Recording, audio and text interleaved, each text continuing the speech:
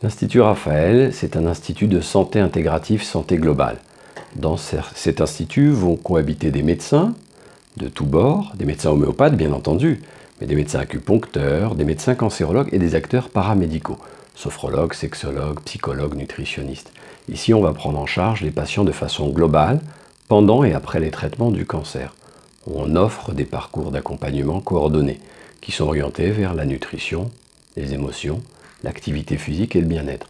Et notre but, c'est de passer d'une médecine centrée sur la maladie à une médecine centrée sur l'individu et son projet de vie. Alors le coût, eh bien sûr que ça a un coût, mais si le coût portait sur les patients puisque ces soins sont non remboursés, on aurait une médecine à deux vitesses. On a choisi un système solidaire et on a choisi de donner accès gratuitement à chaque patient. On est une association de loi 1901 et on prend en charge l'indemnité des soignants qui vont passer du temps, et le temps c'est de la qualité avec chaque patient, et le patient ne paye pas. Du coup on est dépendant de fonds privés. Mais ce qu'on veut c'est démontrer que nos soins sont bénéfiques. Donc démontrer qu'en prenant en charge globalement chaque patient, c'était mieux que de s'occuper uniquement de leur maladie. Ainsi, on a pu prendre en charge en 18 mois 1500 nouveaux patients et offrir 12 000 soins qui sont évalués. Parce que nos collègues cardiologues ont montré qu'en mangeant correctement ou en faisant du sport, on diminue le risque d'infarctus. Et donc on rembourse la réhabilitation cardiovasculaire. Mais aujourd'hui, on peut rembourser pendant 20 ans un antidépresseur à 3 800 000 personnes en France qui ont ou qui ont eu un cancer. Mais pas une seule séance de psychologue. Alors il faut qu'on change ça, il faut qu'on évalue nos soins, et c'est pour ça que l'Institut est un projet pilote d'intérêt général, et donc on offre les soins, mais en contrepartie on évalue tous ces soins.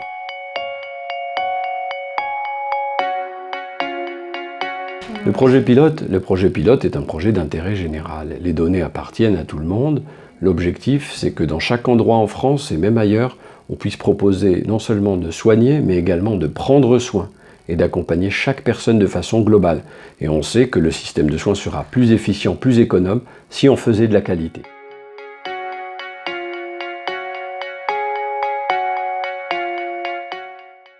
Aujourd'hui, en consultation médicale, au bout de 23 secondes, on coupe la parole à un patient, alors qu'il faut 90 secondes au minimum pour exprimer une émotion.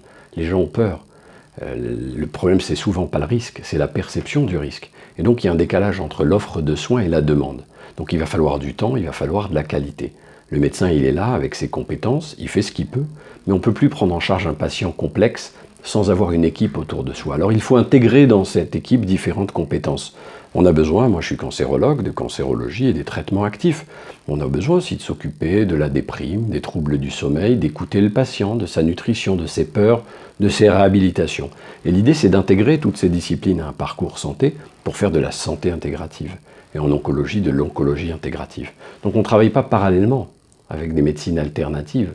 On travaille de façon complémentaire et tous ensemble avec un patient au centre.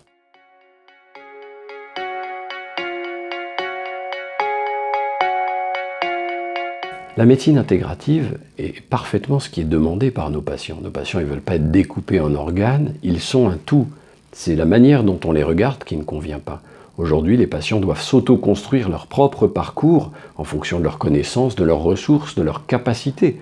On a un système solidaire qui est merveilleux, qu'il faut qu'on préserve, qui serait beaucoup plus efficace si on regardait le patient.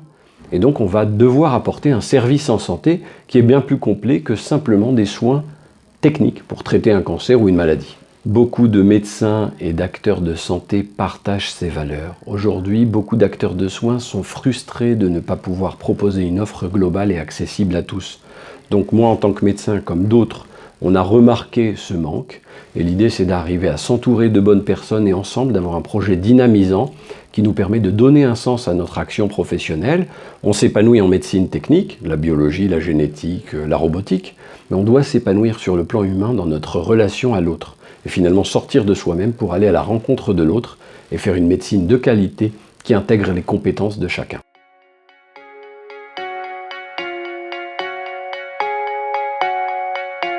L'objectif, finalement, c'est d'arriver à démontrer le bienfait d'une prise en charge globale, centrée sur l'individu.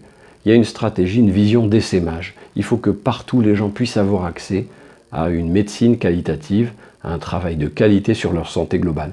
Il faut qu'on puisse développer les programmes de prévention, réhabiliter les handicaps, tout en s'occupant des maladies. Il faut qu'on s'occupe des aidants, des soignants, des enfants, pour diminuer les traumatismes.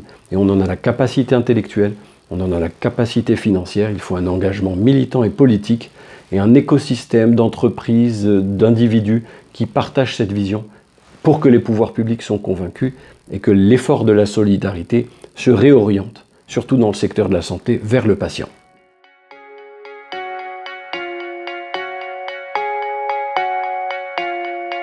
C'est cette patiente qui était analyste financière, qui a 50 ans, qui a un cancer du sein, et finalement sa vie s'effondre, ses certitudes, elle est plus certaine de son couple, elle est plus certaine du chemin qu'elle a parcouru. Et finalement elle a une espèce de blackout, un trou noir. Puis elle rentre dans ce traitement, elle est déconnectée, son esprit, son corps, elle est dépossédée d'elle-même. Et puis elle commence à travailler avec la psychologue qui rentre avec elle sur ses traumatismes d'enfance.